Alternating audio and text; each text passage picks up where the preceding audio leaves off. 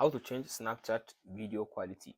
So if you want to change video quality on Snapchat, all you have to do now, after you open Snapchat app like this now, so now go ahead and record your video by tapping on this section now.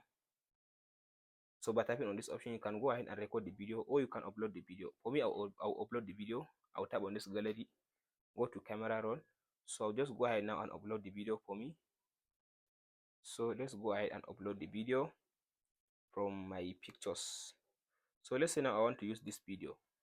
So after I upload the video, if I want to improve the quality, if I want to change the quality of this video from Snapchat, or just do like this now.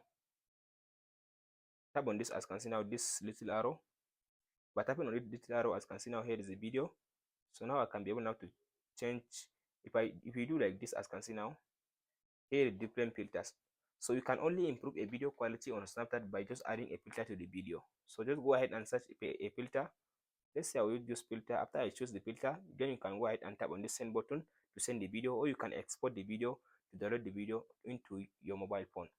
That's it guys on how to change Snapchat video quality. Hope this video helps. Please like and subscribe.